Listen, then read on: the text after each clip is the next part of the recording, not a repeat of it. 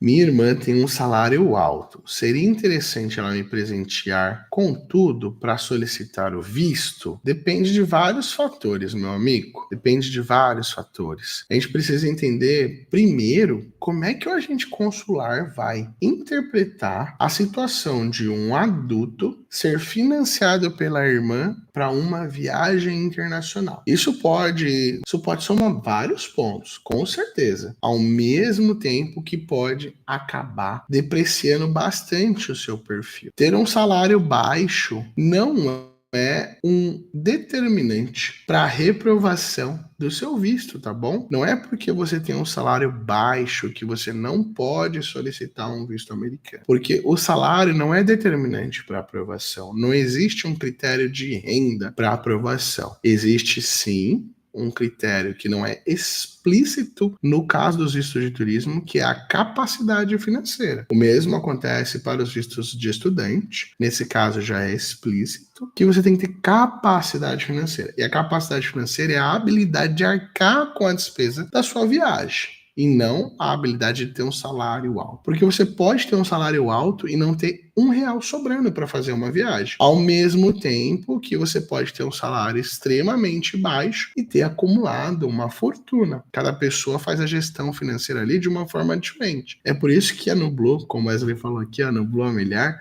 ela montou uma metodologia que a gente já aplica, né, aqui na internet e compartilha há mais de 6 anos, onde a gente pegou o processo e mastigou ele de forma com que você consiga cumprir alguns objetivos. Por exemplo, lá no caso do visto de estudante, a gente tem todo um esquema para organizar a sua capacidade financeira e te preparar para a entrevista, para você demonstrar com clareza que você tem capacidade financeira adequada para a sua aprovação. E o mesmo vale para o visto de turismo, tá bom? Então é mais importante que você consiga demonstrar isso do que você de fato ter aí uma alta renda. Tá bom? Então, para isso que a gente tem esse processo organizado. No caso do visto de turismo, se você tiver um roteiro bem detalhado, bem planejado, você sabe para onde você vai, quando você vai, o que você vai gastar, o que você vai fazer e principalmente como você vai conseguir a grana para isso, a gente vai preencher o 10/160 de forma estratégica para deixar isso bem claro para a gente consular e vai te preparar para na entrevista, no momento certo, verbalizar e garantir isso para a gente consular. Então, a gente tem um método bem diferente do que o mercado pregava no passado e que hoje é inspiração para muitas empresas que vocês conhecem aí, esse método proativo de participação de entrevista, tá bom? César falou assim, ó, já tenho um visto de turismo e eu vou todos os anos de férias, que legal, hein? Que vida boa! Gostaria de no próximo ano, ao invés de gastar com as férias, estudar por 2 meses. Como está a aprovação para visto de estudante? Show! César,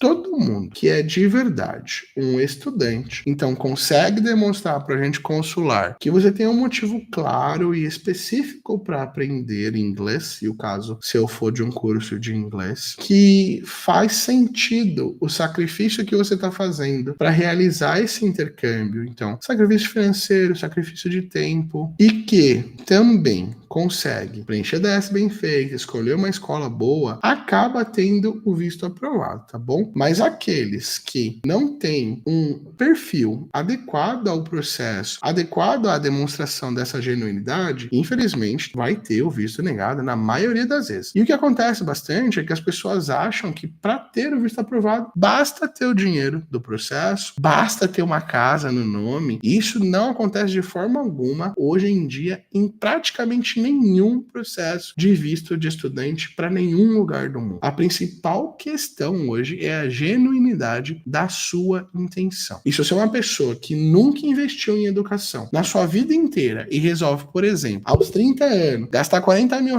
no intercâmbio, que você não consegue demonstrar aplicabilidade na sua vida, provavelmente seu visto vai ser negado. Se você não sabe se você tem potencial de aprovação ou não, como é que você faz? Chama o meu time para bater um papo. Eles conseguem avaliar o seu perfil a ponto de dizer se você está pronta ou não para começar. E se por acaso for um caso que foge ali da competência deles para um check-up, eu e você, e eu faço uma avaliação avaliação profunda do seu play para te dizer de verdade se vale a pena ou não, tá? Quem já passou comigo aqui em uma chamada sabe que a única coisa que eu não faço com essas chamadas é dar esperança para quem não deveria ter esperança, tá bom? Mas é importante hoje pensar com cuidado no seu perfil, no seu projeto, para determinar, inclusive, se os Estados Unidos é a melhor decisão. E como a NoBlue hoje é uma empresa global, a gente não trabalha só com os Estados Unidos, eu não preciso viesar a nossa recomendação, né, para dizer para você, não, vai para os Estados Unidos, como outras empresas hoje do mercado, que aprenderam num vídeo na internet a solicitar o visto, acabam fazendo, né? Eles precisam vender e para vender eles vão mentir para você que o melhor visto para você é o visto X, que o melhor destino para você é o destino X, porque essa é a única coisa que eles sabem vender. É como se o dono do pastel, da pastelaria, dissesse que pastel é a melhor comida do mundo. Ele só sabe fazer pastel, ele só sabe vender pastel, e isso acaba aí atrapalhando, né? O Wesley tá deixando feedback aqui pra gente. O Wesley teve um processo complexo, porque tem um histórico de negativa de um visto de estudante, e a gente conseguiu reverter a negativa, né?